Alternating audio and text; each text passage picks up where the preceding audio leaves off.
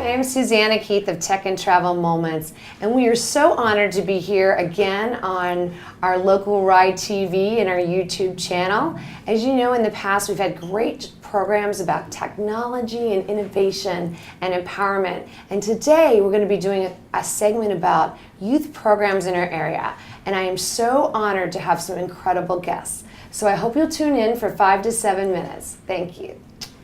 So now I'd like to introduce our first guest, Deb Barker. And Deb is the Executive Director of the Leukemia and Lymphoma Society chapter of Westchester and Connecticut. And I also have Maria Trusa of the Forme Medical Center. Did I say it right, Maria? Yes, you did. And we are so thrilled to have her here.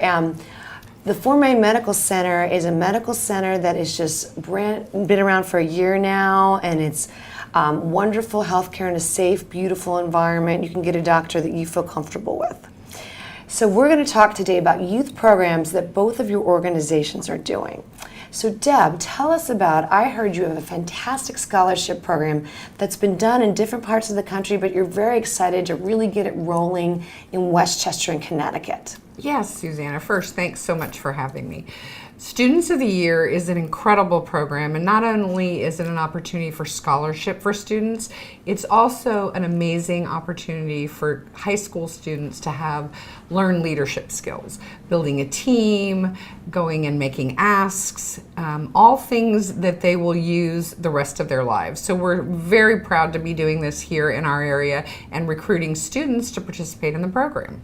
Oh, Deb, that is so exciting. So it's a great opportunity for students who want to have a career in sports or even media, because they go out there and they learn how to make the ask, right? Oh, absolutely. And you coach them and mentor them too, right? Yes, and they involve their families, they build a team, they market themselves, and truly it's skills they're going to use no matter what they do in their careers as they grow. And I have heard from people who have participated, every one of the students has learned amazing skills, and their parents have been very supportive of them as well. So tremendous opportunity, and then there is the scholarship opportunity as well. They can get $2,500 scholarship to use for college. Yes, tremendous all the way around. And Deb, what's really fun is you can involve the whole family, right? Because I think recently one of the super cool things about everything that's happened in our world is we've seen a lot of young children out doing lemonade stands or bake sales.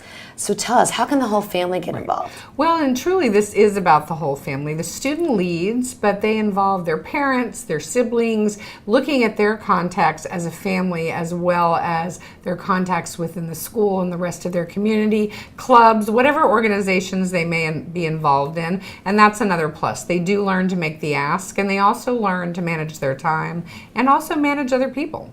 Wow, I wish I had learned that when I was young. That'd be fabulous.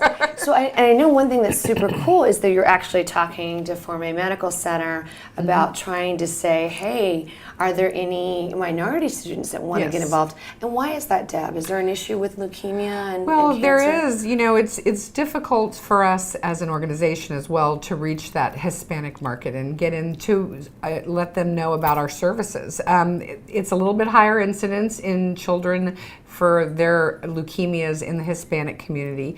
And so we're trying to inform as well, and this is a tremendous opportunity just to get the information out there. When someone has a diagnosis, we want them to know about the services we offer so they can come to us and get some information, financial help, a lot of different things that we can help with. Oh, wow. So, Deb, when you say financial information and assistance, let's come back to that in a second. Okay. But, Maria, why don't you tell me about your medical center and why you started it and what your mission is? Thanks so much for having me here as well. I've been in healthcare over 30 years.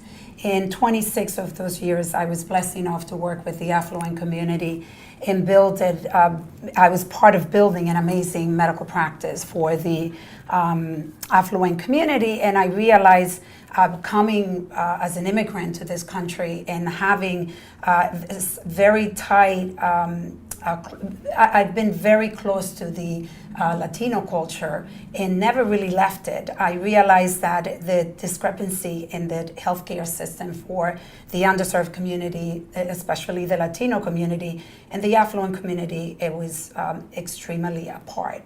And my passion was to really create a place where the underserved community would get dignified care. in a beautiful setting. The place is beautiful. I wanted to start from the moment they walk in, that the expectations are higher. And that's what we do at Fort May Medical Center.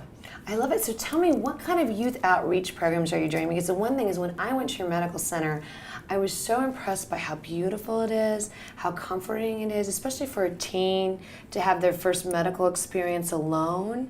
Tell us about some of the programs that you're doing in our area for youth outreach. So we decided to hire somebody that also has a lot of passion for the community, which is our Director of Community and Relations Gina Avila, who has tremendous connections with the Latino community, also has created very strong connections with the White Plains school districts, a lot of the colleges in the area, Westchester Community College, the College of Westchester, and we have decided, we're taking care of the family, but we also want to make sure that we mentor and that we encourage and that we become people that they look up to.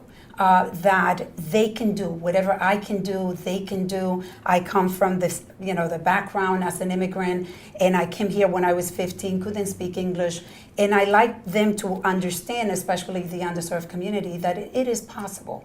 So we mentor them. We have an internship program, and we do this in healthcare with the providers, the doctors.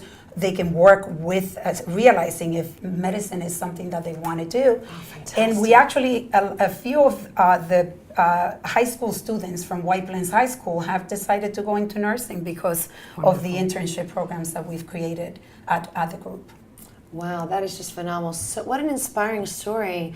So Deb, one thing, you and Maria, I wanted to hear what you two think. So what's really interesting about LLS is you're now bringing a lot of funding into the community. I had heard that you brought $1 million into Houston, which is pretty incredible. Yes. And that is a community where I lived and is very dear to my heart, for the Hispanic community as well as everyone, for those in need. Because I think the amazing thing about Houston was that hit everyone.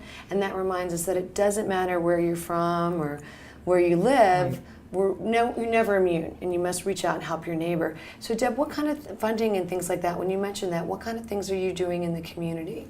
Well, we were very proud to offer $1 million of aid to hurricane victims because, one of the things from the hurricanes in Florida and in Houston was, blood cancer patients might have lost their medicine, transportation, all of these things. And so we were very glad to be able to do that. On a regular basis, we have copay assistance, we offer some travel assistance, and then we do free education materials.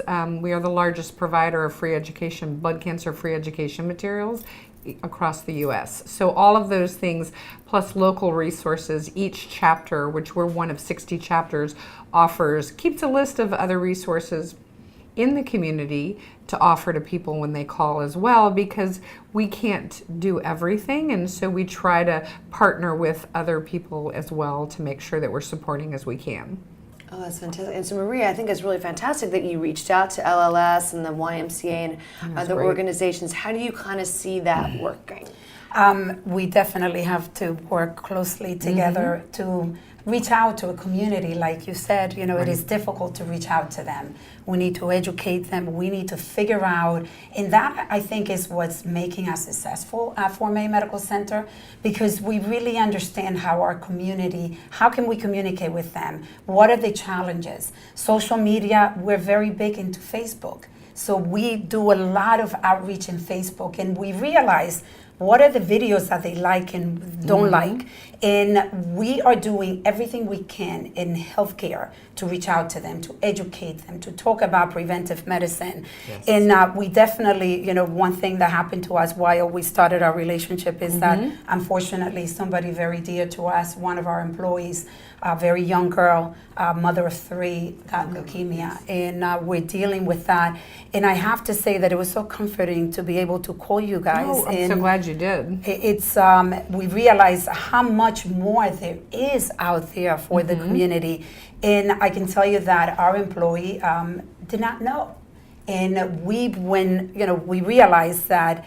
My God, it's such a great relationship, and one that we need to nurture and figure out how to continue to really promote this in the Latino population.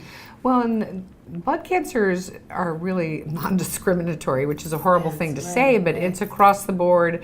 Race, ethnicity, age, it strikes everywhere. And right now there's no way to prevent or early diagnosis. So, which is why we focus on research as well. And then support as they're going through treatments. Blood cancers are not, there's not a lot of people, but we're the number 3 cancer killer. But there's only about, I think we're the number 10 as far as diagnosis. So not many people, but it's very deadly. And that's why we focus on that research piece as well. Which is really critical. So, wow. So, ladies, I have to tell you, I am so inspired by the two of you. You're both amazing executives.